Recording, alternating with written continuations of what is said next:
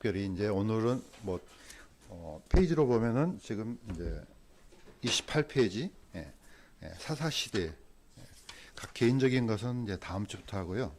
32페이지까지 사사시대의 속성에 대해서 이제 살펴보도록 하겠습니다. 지난 시간에는 이제 사사기 제목 살펴봤고요. 어떤 속성의 단어인지 다시 한번 이제 반복을 해보겠습니다. 이 사사기가 이제 정치적으로 보면은 좀 후퇴되는 것처럼 보이잖아요. 모세, 그 다음에 요수아, 사사 그러면은 이렇게 어떤 집중력이 좀 떨어지고 마치 세계사를 보면은 금, 은, 동 이런 것처럼 이렇게 뭔가 자꾸 이렇게 떨어지는 것처럼 보이는데 사실은 폭이 더 넓어지는 걸로 생각을 하면 좋을 것 같습니다. 다시 한번 반복하지만은 이 사사라는 단어는 성경에서 대단히 미스테리한 단어입니다. 우리는 보통 자주 이제 부르고 하니까 이렇게 하지만은 사실 이게 범위가 넓은 단어입니다.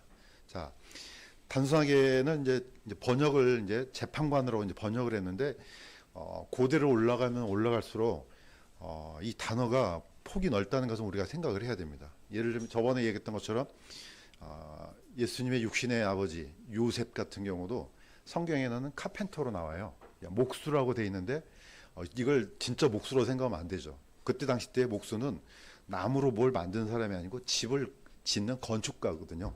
그러니까 나무는 물론이거니와 돌이랑 기타 등등 여러 가지로 이용해서 건축을 하는 사람에 가깝지 이게 단순히 목수로 해버리면 범위가 사실 좁아집니다. 현재는 어쩔 수 없어요. 이 단어가 흐르면 흐를수록 굉장히 구체화되고 분명해지기 때문에 이제 그런 용어를 쓰는데 이 단어의 어떤 의미를 담아내기는 약간 좁아집니다. 똑같습니다. 사사라는 이 단어도 오늘날에는 이게 재판관 그러면 떠오르는 게 재판하는 사람이구나 생각을 하지 않습니까? 특별히 이제 법정에서 이렇게 재판 판결을 내리는 사람으로 생각하는데 이거는 현대 개념이고 위로 올라가면 올라갈수록 뭡니까? 재판뿐만 아니고 통치의 개념이 들어있죠. 통치하고 다스리고 당연히 재판도 하고 여러 가지 의미가 이제 복합적인 게 사사, 영어로는 저지스로 되고 원어로는 쇼프티밍으로 되는데 이 개념을 약간 염두에 두는 게 좋습니다. 자, 그래서 이제 이게 어떻게 오느냐? 우리는 보통 이제 모세, 요수아, 사사 그러면은 연결고리가 끊어지지 않습니까? 그런데 이게 다 연결됩니다. 그래서 왜 이 사사조차도 대언자에 속하느냐? 다 연결이 되니까 그렇습니다. 그러니까 신명기하고 계속해서 연결이 됩니다. 어디까지 연결되느냐? 사실은 예수님까지 연결이 돼요. 이게 끊어지는 게 아니고. 자, 모세는 이제 분명하게 이제 두 번 계속해서 반복적으로 신신당부하면서 신명기를 선포했습니다. 그래서 그걸 그 말씀 그대로 요수아는 실행에 옮기죠. 요수아 이후에 이제 사사시대가 펼쳐질 때도 똑같습니다. 그래서 어떤 이 테두리 안에 다 들어가냐? 대언자의 그룹이 다 들어갑니다. 우리는 보통 대언자 그러면은 사무엘이나 이런 분은 대언자로 생각하는데 그룹이 사실 더 넓어요. 물론 이제 전문적으로는 대언자가 따로 있지만은 대언하는 이 그룹 안에 모세, 요수아, 사사가 다 들어갑니다. 그래서 유대인들은 이 성경 자체를 대언서 안에 포함시킵니다. 그러니까 나중에 킹까지도 대언에 들어가죠. 그래서 우리가 이 개념을 약간 가지고 가는 게 좋습니다. 그러니까 자, 모세, 요수아, 사사 똑같습니다. 이렇게 보면 됩니다. 그러니까 역할은 다르지만은 이 속성을 그대로 이어받아서 이제 사사 시대가 어떻게 펼쳐지는지를 살펴보도록 하겠습니다. 자, 오늘 사사 시대는 어떤 시대인가? 첫 번째로는 세겜에서 맹세한 대로 통치된 시대입니다. 이거는 새로운 시대가 되는 게 아니고 이미 반복된 것을 세겜에서 그리심산과 에발산에서 아멘 하고 했던 그대로 통치되는 시대입니다. 자, 요수아 24장 27절인데 그때 했던 요수아가 이스라엘 백성들에게 했던 그 말입니다. 자, 다시 한번 이거 한번 읽어보도록 하겠습니다. 시작. 보라, 주께서 우리에게 하신 그분의 모든 말씀을 이 돌이 들었느니라. 그런즉 너희가 너희 하나님을 부인하지 못하도록 이 돌이 너에게 증거가 되리라. 성경에는 돌이 굉장히 많이 나옵니다. 자, 돌을 하나님께서 많이 쓰신 이유는 뭡니까? 뭐 이런 나무나 나무 토막이다 이런 것은 쉽게 변하잖아요. 근데 돌은 변질이 잘 안 되죠. 오랫동안 가죠. 그래서 글씨도 쓸 때 어디다 기록합니까? 돌에다 기록하죠. 모세한테 돌판을 새긴 게 아니고 각고라 깎아서 거기다 하나님의 손가락으로 기록했다 나오거든요.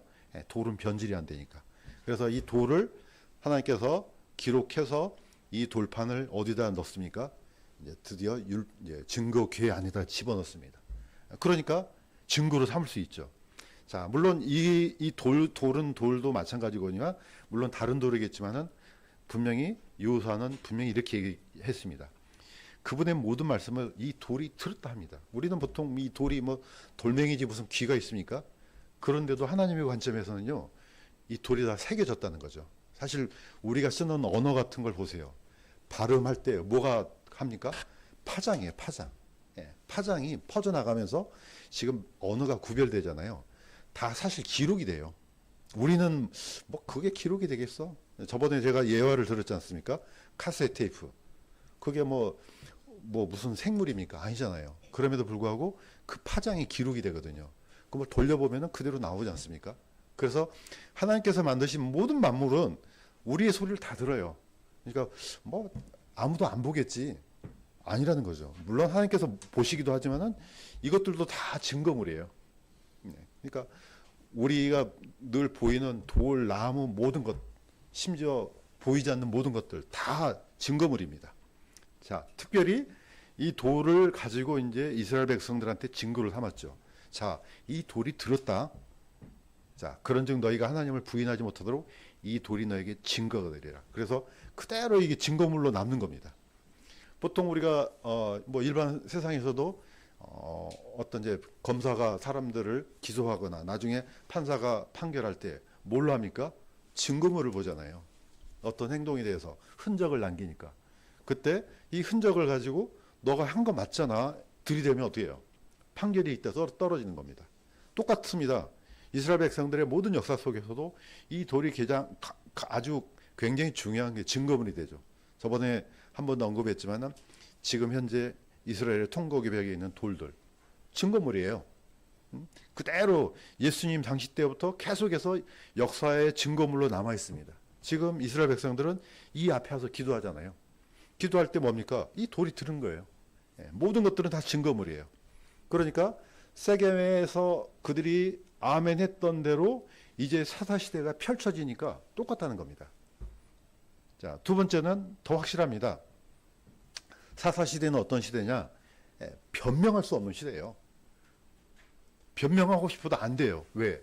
돌들이 들었거니와 자, 이 돌을 어떻게 갖고 왔습니까? 똑같습니다. 이 돌도 밑에 있는 돌도 여호수아에 의해서 요단 강바닥에 12개를 집어넣었죠. 그 다음에 강바닥에서 12개의 돌을 가지고 옵니다.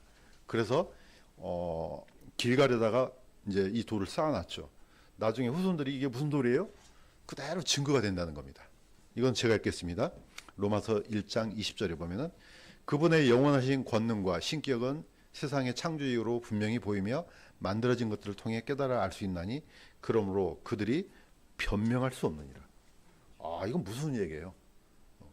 첫째는 하나님께서 아시죠. 두 번째는요, 우리의 양심이 알죠. 세 번째는요, 하나님께서 만드신 모든 만물이 다 알아요. 그러니까 뭐 과학자들이든지 뭐 사람들이 연구를 꾸준히 하잖아요. 그 사람들도 양심 안에서는 알죠. 이게 어떻게 자연적으로 이런 놀라운 질서를 가지고 있지? 알긴 아는데 이제 거부를 하는 거죠. 파고들면 파고들수록 놀라운 질서가 그 안에 보여요. 그러니까 어떻습니까? 아무도 변명할 수 없습니다. 우리는 그냥 나는 한 번도 못 들었는데요, 복음을. 그래도 안 됩니다. 성경에는 아무도 변명할 수 없다고 나와요. 그렇게 말할 수 있는 사람이 단 한 사람도 없습니다. 이 세상에는. 그러니까 여기에 있는 나무들, 돌들, 기타 등등 하늘 뭐 이 모든 것들이요.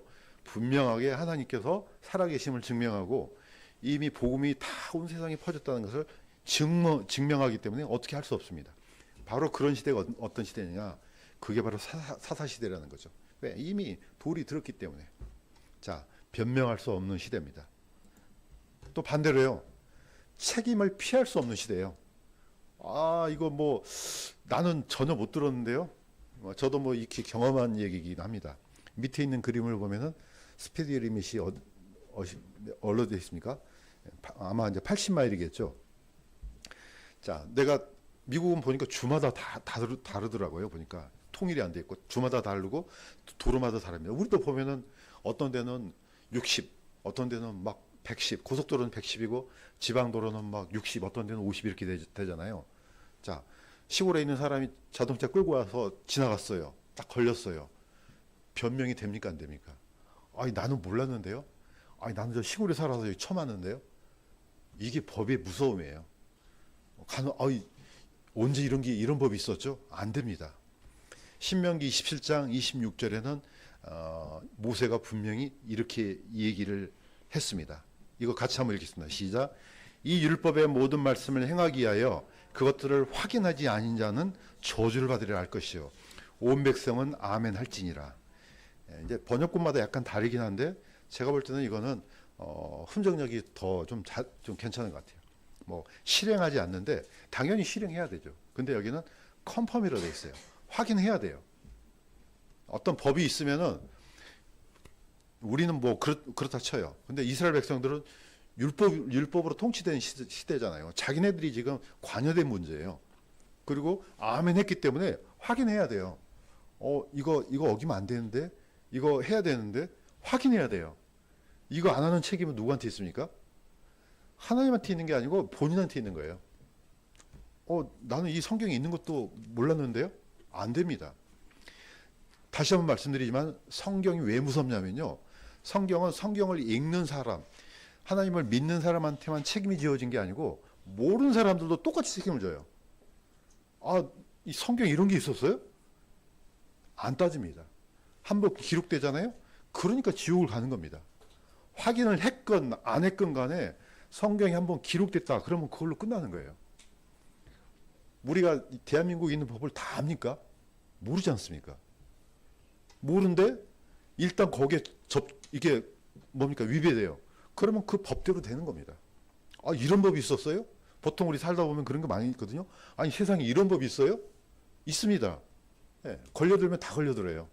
이게 율법의 무서움이고 성경의 무서움입니다. 확인해야 돼요. 그래서 모세가 분명히 얘기했어요. 이 모든 말씀을 행하기 위해서 확인해야 된다. 확인 안 했느냐? 저주가 임할 것이다. 예. 그러니까 어떻습니까? 책임을 피할 수 없습니다. 모든 사람이 다 책임져야 돼요. 이게 바로 사사시대라는 겁니다. 자, 세 번째는요. 하나님의 심판이 집행되는 시대예요. 분명히 보입니다. 자, 사사기에 보면은 이제 시간이 흐르니까 그들이 주를 버리고 바알과 아스타롯을 섬기니라. 예, 하나님이 그렇게 금하시는데 또 이걸 또 이 짓을 또 범해요. 그러니까 어떻습니까? 그대로 그들이 어디를 가든지 주의 손이 그들을 대적하여 재앙을 내리매 그들이 크게 고통을 당하였더라. 예, 이게 그대로 이루어지는 시대가 사사시대예요. 자, 하나님께서 하지 말라는 거 하면 반드시 재앙이 임하도록 돼 있습니다. 이게 그대로 작동되고 백성들도 아는 그런 시대. 이게 사사시대입니다. 그러니까 어떻습니까? 그럼 방법이 없죠. 분명히 하지 말라 그랬잖아. 근데 왜 해? 예. 그 애들 보면은 부모님들이 이거 하면 안 돼. 그런데 꼭 하잖아요. 그럼 뭐가 떨어집니까? 당연히 매를 맞겠죠. 예. 그대로 적용됩니다. 이건 어떻게 벗어날 길이 없어요. 예. 그래서 사사시대는 오히려 범위가 더 넓은 시대예요. 예. 하나님의 통치, 하나님의 판단, 그 다음에 백성들의 실행, 불순종, 이 모든 것들이 다 결합이 돼서 사사시대가 어떤 시대를 이제 보여줍니다. 자, 그러면 사람들이 고통을 받겠죠. 그러면은 우리가 왜 이 짓을 했을까? 또 후회하고 또 다시 이제 돌이키는 시대가 됩니다. 저는 이제 성경을 보다 보니까 그런 게 많이 보여요. 특히 이제 원어를 가다 보면은 이 생각들이 그 어떤 원어 속에 있는 어떤 그 개념들이 많이 떠오르거든요. 메타노에라는 회개하다는 원어가 있습니다. 메타가 나중에, 후에라는 뜻이에요. 노에는 생각하다는 뜻이에요. 그러니까 내가 한 일을 나중에 생각하니까 어떻게 해요? 잘못했거든요. 후회가 돼요. 그러니까 돌이키겠죠. 이게 바로 회개라는 단어가 헬라어에서는 들어있습니다. 자, 이 사사기도 똑같습니다. 사사기도 그대로 자신들이 했던 그 죄악에 대한 징벌이 떨어지니까 나중에 이제 후회가 되겠죠. 그래서 이제 이렇게 부르짖습니다. 우리가 죄를 지었사매 무엇이든지 주께서 보시기에 좋은 대로 우리에게 행하시려니와 오직 주께 간구하옵나니 이날 우리를 건져내시옵소서. 살려달라는 거죠. 주님 잘못했습니다. 왜 우리가 이런 짓을 행했을까요? 후회를 하고 가슴을 칩니다. 이제 구약에서는 주로 이제 이런 행동을 어떻게 합니까? 굵은 베옷을 입고, 물론 자기 옷을 먼저 찢고 굵은 베옷을 입고 제 위에 앉아서 먼지와 티끌을 날립니다. 이게 그대로 밖으로 마음에 있는 것을 밖으로 그대로 이제 표현하는 거죠. 이렇게 하니까 하나님께서 여기에 그대로 응답해 주세요. 그래서 누구를 보내주십니까? 드디어 또 구원자를 보내주십니다. 그 구원자 역할을 누가 합니까? 사사가 하는 거예요. 그러니까 사사는 개념이 크게 두 가지 개념이죠. 하나는 재판하고 심판하는 개념이 있어요. 반대로 구원하는 개념이 들어있죠. 두 가지 개념이 같이 있는 거죠. 자, 샤밧, 요 샤밧 할 때 이 샤밧이 바로 재판과 심판과 구원과 구출이 다 같이 복합적으로 들어있는 단어입니다. 그러니까 요 샤밧 그러면은 요한은 심판자이다는 뜻도 있지만은 반대로 요한은 구원자라는 뜻도 들어있는 겁니다. 그 개념을 하나로 모아주는 게 사사입니다. 사사. 그러니까 사사는 엄청나게 미스테리한 단어죠. 이걸 그냥 이건 진짜 어떻게 보면 번역이 불가능한 단어입니다. 왜냐하면 한쪽을 가려버릴 수밖에 없는 거기 때문에 그렇습니다. 자, 똑같습니다. 그러면 이게 이스라엘 백성들한테만 해당되냐? 아닙니다. 이방인들한테도 그대로 집행되는 겁니다. 한번 보시죠.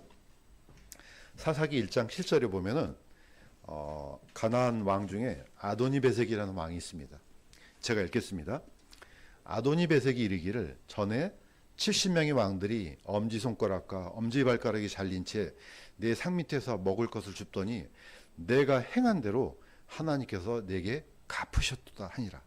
그들이 그래서 이스라엘이 그를 예루살렘으로 끌고 가서 가니 거기서 그가 죽었더라. 이렇게 합니다.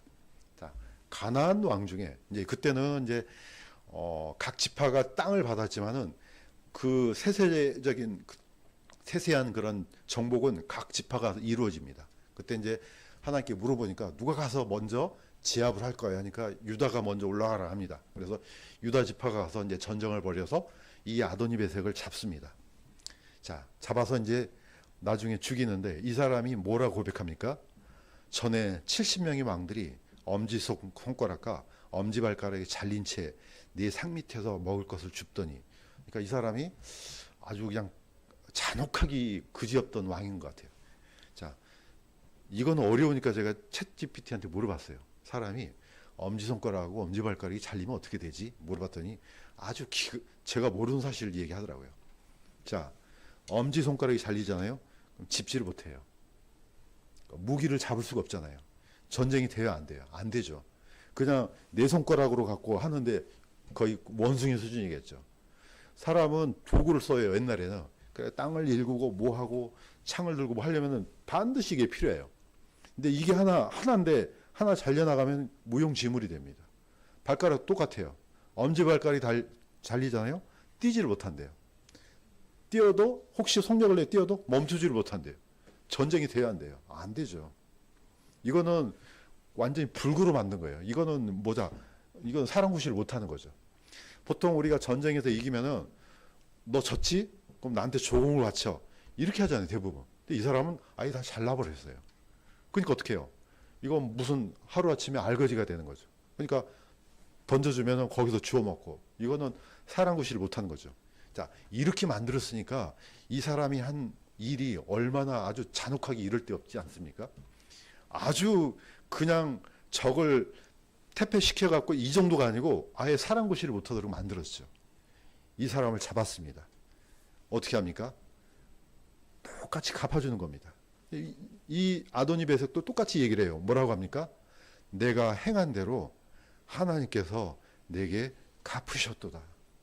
이게 사사기입니다. 그대로 갚는다는 거죠. 지금 살아있는 사람들 중에 뒷일 생각하지 않고 하는 사람 많을 거예요. 하나님께서는 그대로 다 갚아주십니다. 이게 무서운 거예요. 이게 이제 하나님의 공이니까 그렇습니다. 그러니까 성경에서도 물론 이제 하나님을 믿지 않고 사는 사람들 중에서도 나름대로 착한 일을 하고 이런 사람이 있어요. 저는 개인적으로는 그렇습니다. 믿지 않아서 하나님의 베풀어 주신 은혜를, 그 공로를, 그 대가를 이 사람이 받아들이지 않았기 때문에 지옥을 간 건 맞지만은 지옥도 똑같은 게 아니잖아요. 뭐라 그럽니까? 행한 대로 갚으리라 그러잖아요. 행한 대로. 그러니까 어찌 히틀러하고 그냥 믿지 않고 사는다가 지옥 간 사람하고 어찌 똑같겠어요, 벌이. 다르다는 거예요. 네. 같은 지옥으로 떨어져도 다 다르다는 게 이게 하나님의 공이라고 저는 생각돼요. 그런 내용이 나중에 계시록에 나옵니다. 행한 대로 갚아주리라. 그러니까 이게 무서운 거죠. 자, 갈라디아서 6장 7절 이건 같이 한번 읽겠습니다. 시작.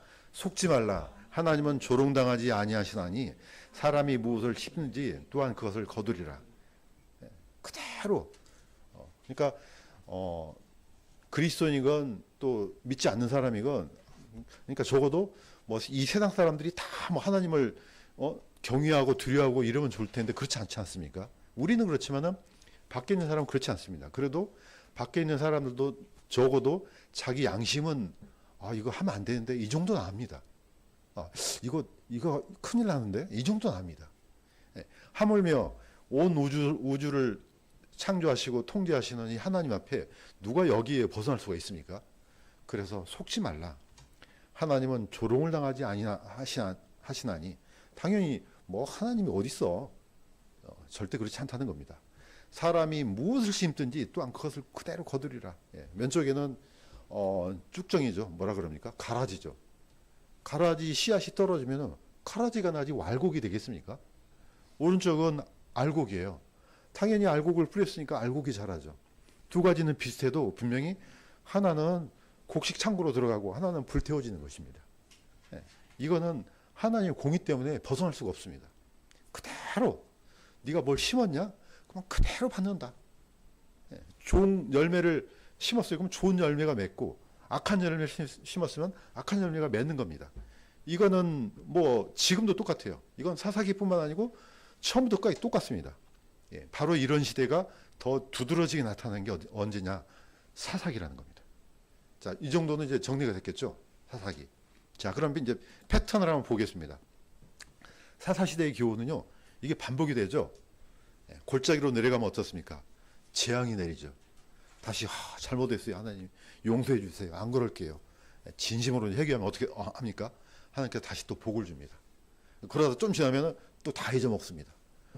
또 다시 또 뭡니까? 우상을 숭배하고 또 나쁜 짓 저질러요. 그럼 하나님께서 작동이 되죠. 하나님의 공의가 작동됩니다. 그럼 재앙이 또 임하겠죠. 그럼 또 잘못했어요. 용서해 주세요.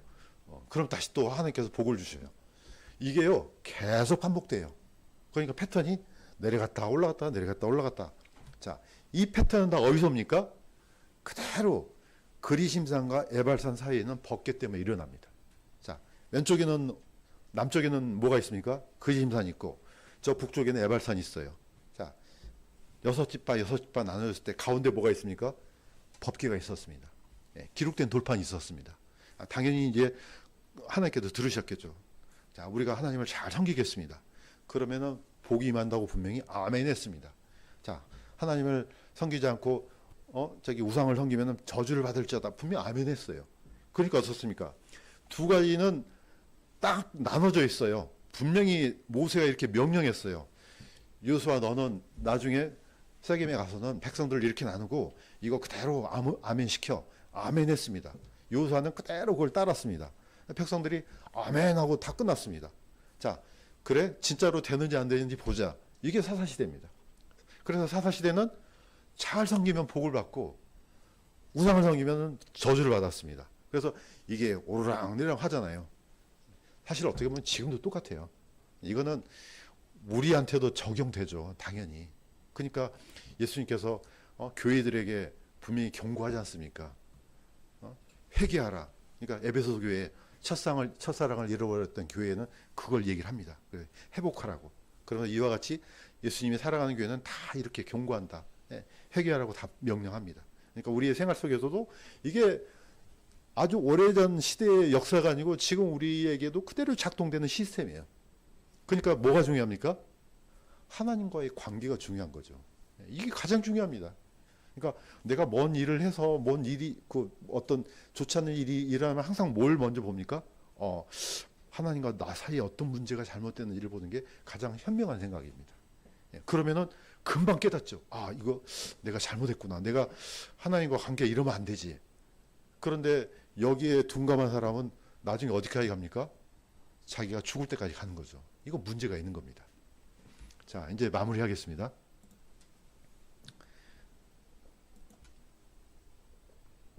자, 그리스도인들을 향한 하나님의 심판. 이건 제가 읽어봐도 무서워요. 왜 무섭냐? 지옥 갈까 무서운 게 아니에요. 나중에 이런 평가를 받을까 두려운 겁니다. 자, 좀 길지만은 고린도전서 3장 10절에서 15절까지입니다. 같이 한번 읽겠습니다. 시작.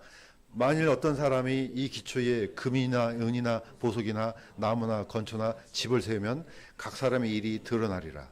기초 위에 세운 일이 남아있으면 그는 보상을 받고 불타면 그는 보상에 손실을 당하리라.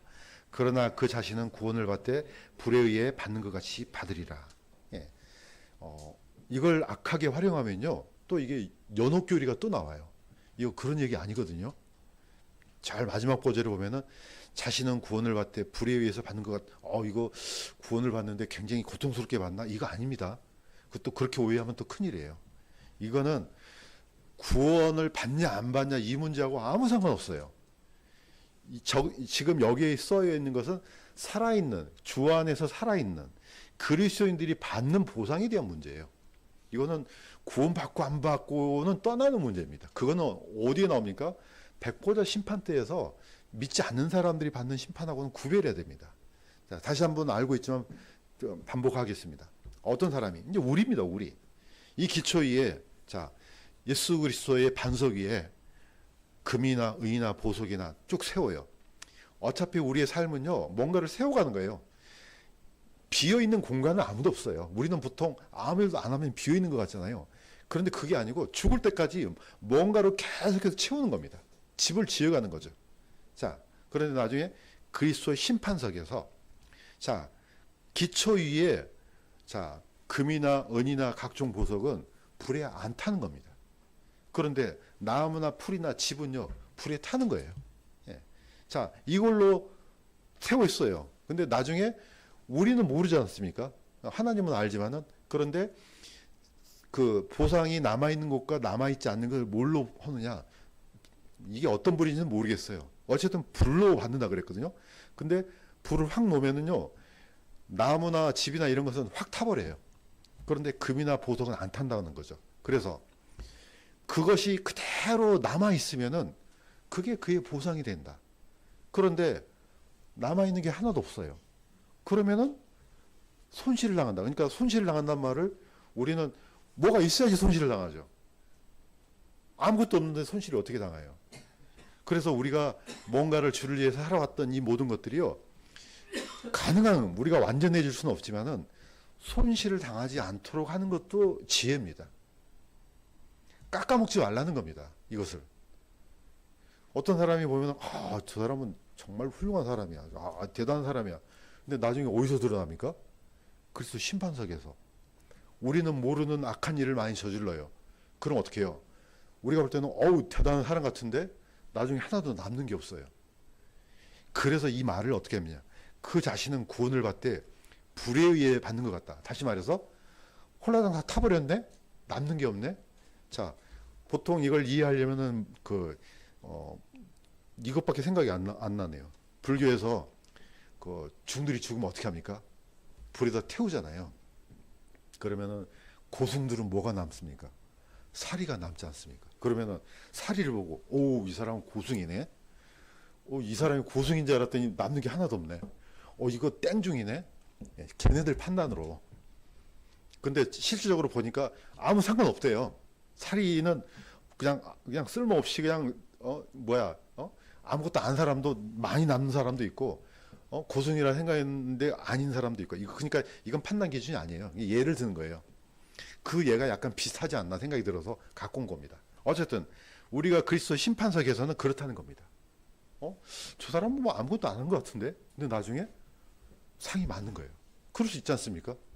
거꾸로 저를 예를 들면 뭐 이렇게 열심히 하는 것 같은데 나중에 뭐 하나도 없네? 그러면 저는 얼마나 부끄럽겠어요. 그럴 수 있다는 거죠. 그러니까 이거는 굉장히 조심스럽기도 하고 두렵지 않습니까? 우리는 평생에 주를 위해서 산다고 생각했는데 나중에 남는 게 하나도 없을 수도 있고 또 뭐 아무것도 안 한 것 같은데 많이 받을 수도 있고 그렇지 않습니까? 왜 그렇습니까? 이게 바로 하나님의 공입니다. 예. 아주 철저합니다. 하나님은. 그래서 하나님은 이방인들 뿐만 아니고 믿는 사람들 사이에서도 하나님의 공의는 그대로 작동되는 거예요. 예. 그게 바로 사사기가 보여주는 겁니다. 사사기는 하나님의 백성들이잖아요. 이미 홍해를 건너서 40년 광야를 건너서 드디어 요단강을 건너서 가나안 땅으로 들어갔어요. 얼마나 엄청난 역사를 갖고 있습니까? 그럼에도 불구하고 하나님은 그대로 그들이 한 행동대로 보상을 주고 징벌을 줬습니다. 그렇다면은 이스라엘 백성들도 그랬는데 우리는 두말할 것도 없다 이겁니다. 충분히 이해가 되시죠? 예, 바로 사사기는 이런 성경입니다. 그래서 우리는 사사기를 볼 때 무슨 영웅들의 서사시 정도로 생각하는데 아니에요. 예, 그 사람이 어떻게 하나님의 공의 안에서 어떤 행동을 했는지 또 어떤 징벌과 보상이 있었는지를 우리한테 교훈으로 주는 성경 이렇게 우리가 이제 생각을 하면은 사사기가 굉장히 쉽게 다가올 걸로 생각이 듭니다. 예, 또 마찬가지로 우리도 동일하게 이 짧은 생애를 살지만은 우리 행동을 하나님 앞에 다른 사람이 보지 않더라도 하나님이 보시니까 내가 하나님께 보상을 받기 위해서는 어떤 행동을 해야 되는지 하고 지혜롭게 판단할 수 있는 중요한 근거가 된다고 생각이 됩니다.